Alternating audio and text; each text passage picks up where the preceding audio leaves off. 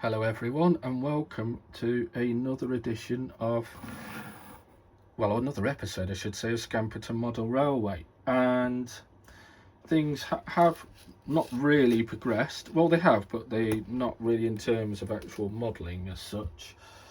I've been still in the planning stage, but I've also hit quite a bit of a problem, which I'm not entirely sure of the best way to deal with it, sorry I should say. And it chiefly centres around this area here, and I'll just see if I can zoom in. Hopefully you can see this. Basically there are gaps have formed in the track where the tracks joined, and that's because I believe because of the weather, as it's changed and it's expanded and contracted slightly, and now it's expanded out. It's not buckled, but it's a gap of about 1.5 to 2 mil.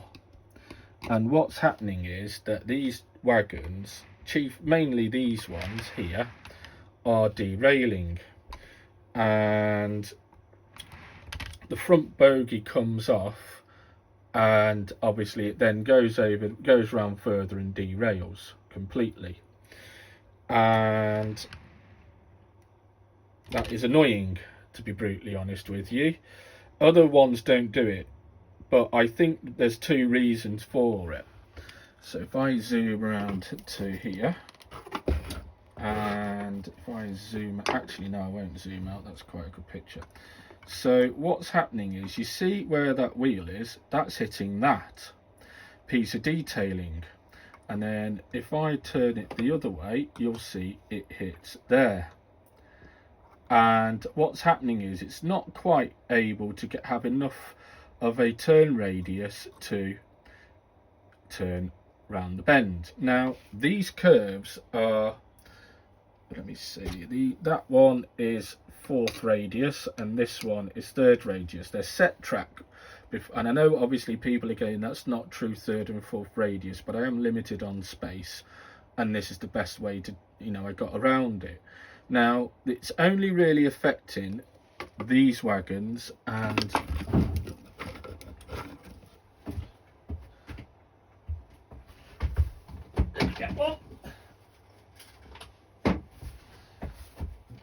these Acura scale, let me zoom out, these Acura scale cement wagons. Now the Acura scale cement wagons I'm actually thinking of selling, but I'm not sure yet, so I will I'm not really concerned with these whatsoever. Let me just put these back.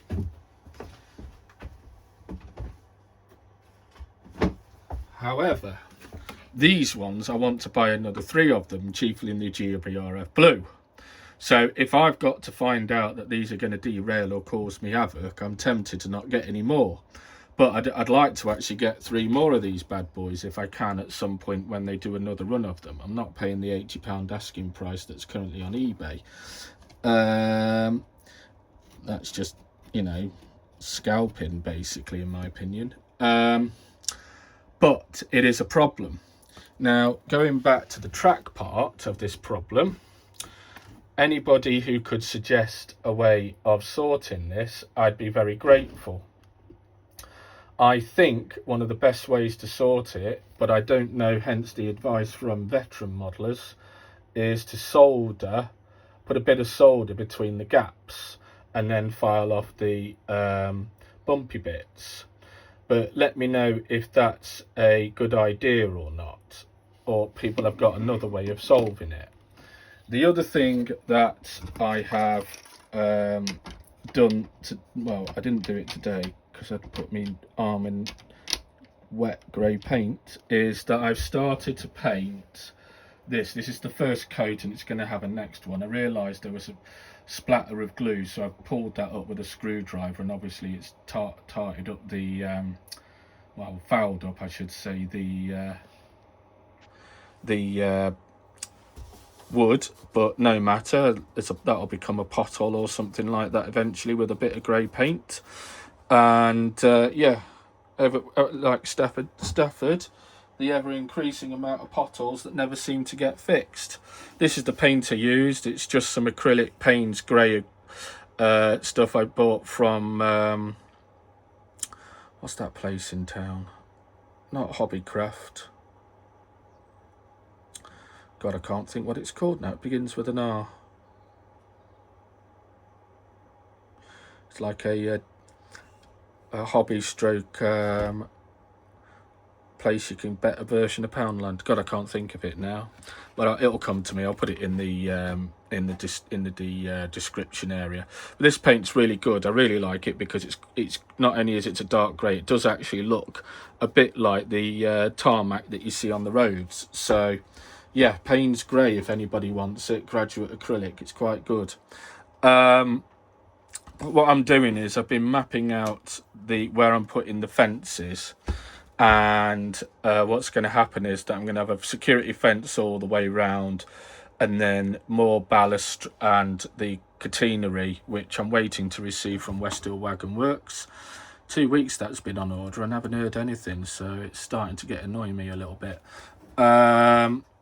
And then that'll go around there, and then the vans and cars will be parked in front with the gate, and then that there. So yeah, that's coming along nicely. The other thing I've done, which I don't really want to blind you, so I'll tap away, is I've stuck another LED light stripper across there because it was getting quite dark on this side, so I've stuck it in there. It's currently using the the little glue strip you get with it, but what I'm going to do is I'm going to get some wood glue and just masking tape it all the way along, and keep that let that dry over the week, and then that should be good. I've also, and now I haven't wired it in, which I should have done, but you won't be able to see it fully, but I have put the detailing in there. So there's Henry Sigler, or Harry Sigler, I haven't come up with it, quite decided which name, but that is got the furnishings I got from Philip Morton's company. What's it called? PGM Models. It's a really good bit of kit, actually, and although I haven't used every bit of it, I'm actually quite impressed with what he's done. So it's got a little chair, the computer desk, and various other things. When it's the lights plugged back in, which I'll do in the week, you'll be able to see that on the next update. I'll remind myself to do that. But yeah, so it's only a small update, another small update I should say, but I'd rather sometimes keep them short and sweet than bore you to death with hours longs of updates if I can, because A, I'm not very good at editing, and well, I don't edit, and B, I can't be bothered to sit in front of the computer for hours editing it anyway.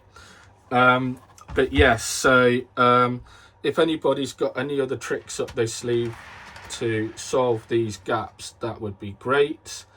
Otherwise, I'm going to have to go researching and problem solving. I need to put some more detailing in there, and what I'm intending on doing as well is I got rid of the bendy pieces of track, but I think what I might do is stick those in there like so, with a bit of static grass over them, just to mimic where a band, leftover pieces of track that aren't in use anymore would sit in the middle, because they can't be bothered to move them and they just leave them there. So I might stick those there, but I'm not sure yet, and with a little bit of grass and foliage around. So yeah, anybody else has got an opinion on that, let me know. But for now, I will leave you to it, and hopefully in the next update, probably, I'm not sure if it'll be next weekend or the week after, we'll have more on the catenary and more on the track weathering, and then we can go from there. Again, if anybody knows where you can get good weights for wagons, that would be great, because I think I'll need to put some in these just to help them out, maybe one or two little weights of some description. But yeah, that would be great. But for now, thanks very much, and I'll see you again on the next update. Well, you won't see me, what am I saying? I will speak to you, say hi virtually and everything like that. Oh yeah, there was one other thing. I've gone up to 125 subscribers, so thank you very much to the 5 people who subscribed from the last update. I think I know a couple of you, and I've said thank you to you in outside of this update. So yeah, again, thanks very much for subscribing and continue to watch this haphazard way of doing things, but it works for me, so I'll continue with it. But for now, see you, have a great week, and I'll see you in the next update. Bye bye.